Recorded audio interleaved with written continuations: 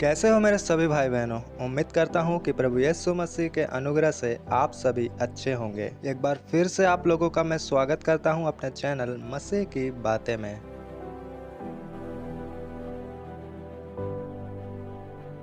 तो आप सब जानते ही हैं कि ये हफ्ता साल का सबसे अद्भुत हफ्ता है हमारे लिए, क्योंकि इन्हीं दिनों प्रभु यीशु यरूशलेम के फाटक से राजा के समान प्रवेश किए थे, जिसे आज हम पाम संडे के नाम से जानते हैं, जिसे हमने इस रविवार को बड़े ही आनंद के साथ में मनाया था। और इसके बाद हम वो दिन को सेलिब्रेट करेंगे जब प्रभु ने अपने चेलों के साथ आखिरी भोज खाया था, जिसे हम प्रभु भोज कहते हैं। तो चलिए हम बिना देरी किए वीडियो को यीशु मसीह के नाम से शुरू करते हैं।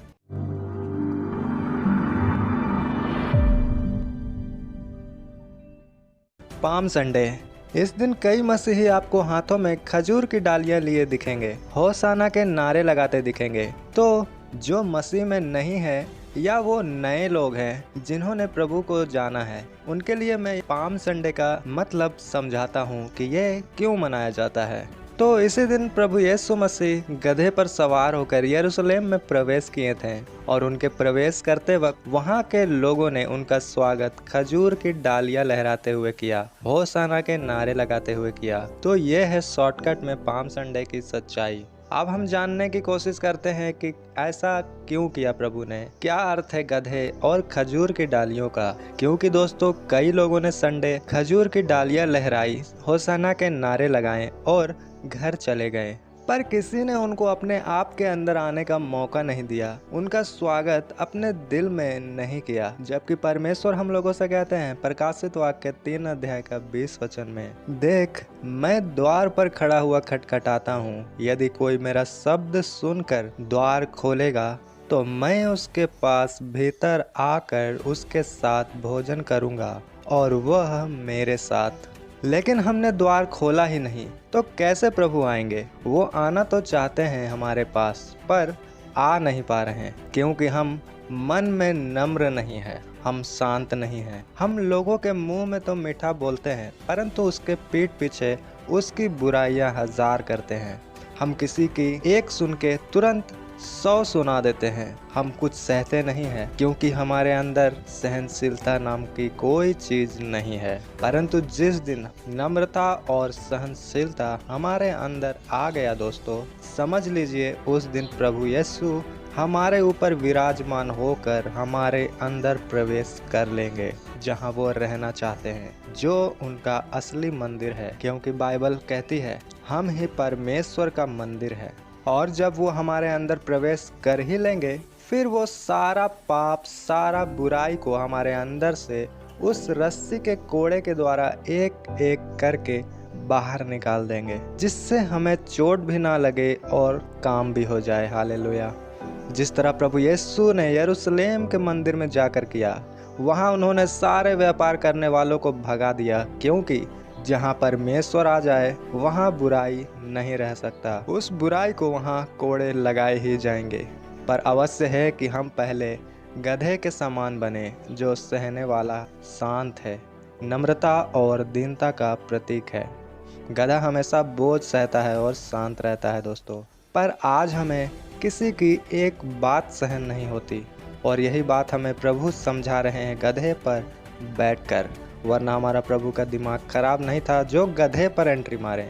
वचन में लिखा है मत्ती 21 अध्याय का 5 वचन में, सियोन की बेटी से कहो, देख तेरा राजा तेरे पास आता है, वह नम्र है और गधे पर बैठा है, वरन लादू के बच्चे पर। यहाँ ध्यान दीजिएगा, लिखा है कि वह नम्र है। इतना कहानी का एक छोटा सा मतलब है कि वो नम्र है। और प्रकाशित वाक्य में लिखा है, यदि कोई मेरा शब्द सुनकर द्वार खोलेगा तो मैं उसके पास भीतर आकर उसके साथ भोजन करूंगा और वह मेरे साथ में। हालेलुया। शब्द और वचन कहता है कि इसी शब्द के द्वारा सृष्टि की रचना हुई, इन शब्दों ने ही हर चीज बनाई। फिर प्रभु यीशु मसीह कहते हैं, मेरी भेड़ें मेरा शब्द पहचानती है। पर आज हम संसार में खोकर इसी शब्द को भूल गए हैं, और उनके शब्द जो हमारे लिए वो बोल रहे हैं उन्हें हम नहीं सुन पा रहे हैं, और जब सुन ही नहीं पा रहे हैं तो शब्द पहचानने की तो बात ही दूर है। इसलिए आज कईयों के जीवन में दुख, बीमारी, श्राप, पीड़ाएं पीछा नहीं छोड़ती उनका, एक के बाद एक आती ही जाती है। धन होते हुए भी कोई सुख की रोटी नसीब नहीं। घर का टेंशन, बिजनेस का टेंशन, बच्चों का टेंशन, लाइफ का टेंशन। क्यों? क्योंकि यही संकेत है कि हमने सच्चे परमेश्वर की आवाज़ सुनने वाले अपने कानों को उनके लिए खोला ही नहीं। इसलिए हमारा खजूर की डालियों को हिलाने का कोई मतलब नहीं। आज चर्च में हरी डालियाँ लहरा दी, कल जाके फिर से दारू की बोतल लहराने लगे हाथ में, तो इसका कोई मतलब नहीं बनता दोस्तों हमारे जीवन में। और खजूर की डालियाँ लहराने का अर्थ है कि हमारा जीवन भी प्रभु के आने से उन डालियों की तरह हरा भरा हो जाए। क्योंकि खजूर के पेड़ों को रेगिस्तान में भी हम देखते हैं कि एक हरियाली के साथ लहराता है, जबकि पानी की कमी के कारण वहाँ सारे वृक्ष सूख कर मर जाते हैं। पर खजूर के उन पेड़ों को अपने आसपास होने वाले सूखे से कुछ फर्क नहीं पड़ता। उसी प्रकार जब प्रभु हमारे जीवन में आते हैं तो हमें आसपास होने वाले बातों से कोई फर्क नहीं पड़ता कि किसके जीवन में क्या दुख परेशानी है, संसार में क्या चल रहा है, कौन सी बीमारी फैल रही है। हम बस उन दुख के समय में भी हरी डालियों की तरह लहराते हुए आनंद में नजर आते हैं। क्योंकि वचन कहता है, धर्मी जन उस वृक्ष के समान है जो नदी नालियों के किनारे लगाया गया है, इसलिए वो कभी नहीं सूखता। और जहाँ खुद जीवन का जल आ जाए, उसका जीवन का हर्ष और आनंद कैसे सूखे पत्तों की तरह कम हो सकता है। जब यीशु मसीह खुद हमारे अंदर आ जाएं, तो हमें अपने आसपास के सिचुएशन से नहीं डरना चाहिए। यही असली अर्थ है पाम संडे सेलिब्रेट करने का, कि गधे की तरह हमें नम्र और सहनशील होकर प्रभु को अपने ऊपर आने का मौका देना है। और जब वो आएंगे तो वो खुद अपने मंदिर से सारी बुराइयों और पापों को निकाल देंगे, जो कि हम हैं उनका मंदिर। हालेलुया।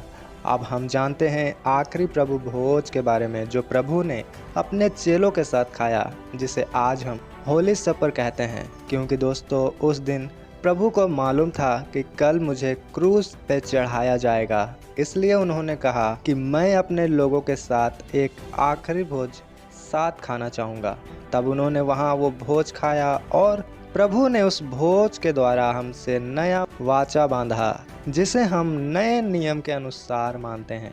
और वहाँ प्रभु ने सबको नया वाचा दिया। और आखिर में वहाँ उन्होंने कहा कि वचन कहता है, लूका रचित सुसमाचार 22 अध्याय का 16 वचन में, क्योंकि मैं तुमसे कहता हूँ कि जब तक वह परमेश्वर के राज में पूरा न हो, तब तक मैं उसे कभी न खाऊंगा। अब प्रभु कहते हैं, उन्होंने हमें बचाने के लिए जो अपना लहू बहाया, तो अब हम उनके लहू से अपने पापों को धोकर उनके राज्य में ना पहुँचे, तब तक वो ये भोज वापस नहीं खाएंगे। यहाँ दोस्तों हमें मालूम होता है कि उस टाइम वो हमारे लिए सोचकर व्याकुल हो रहे थे। हमें उनका प्यार भी दिखता है इसमें, कितना गहरा प्यार था उनका हमारे लिए, कि वो हमारे साथ ही फिर से भोज खाना चाहते हैं। इसलिए वचन कहता है, मैं उसके साथ और वो मेरे साथ भोजन करेगा। दोस्तों हमारे लिए प्रभु ने स्वर्ग में मेज बिछाया है और इंतज़ार में है कि कब वो हमारे साथ उस भोज को वापस खाए। याद रखें दोस्तों, कोई है जो हमारा बेसब्री से स्वर्ग के राज्य में इंतज़ार कर रहा है, और वो बाहें फैलाए है कि हमें गले से लगा ले। जब उन्होंने प्रभु भोज के बारे में लोगों को बताया, तब दोस्तों कई लोग प्रभु यीशु को छोड़कर चले गए।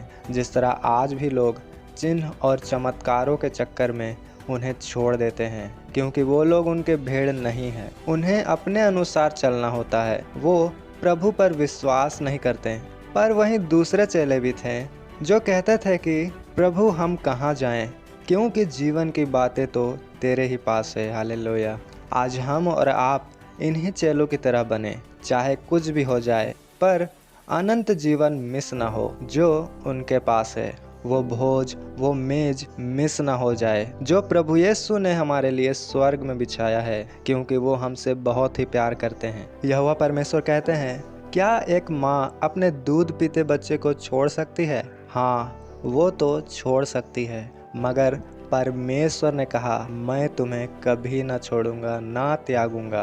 तो जब इस गुरुवार हम प्रभु भोज लें तो याद रखें, इस भोज को अपने जीवन में बनाते हुए हमें पवित्रता के साथ चलना है, क्योंकि हमें उनके साथ भी स्वर्ग में आनंद के साथ खाना है। हालेलुया। नेक्स्ट वीडियो में हम बात करेंगे गुड फ्राइडे के बारे में और ईस्टर के बारे में।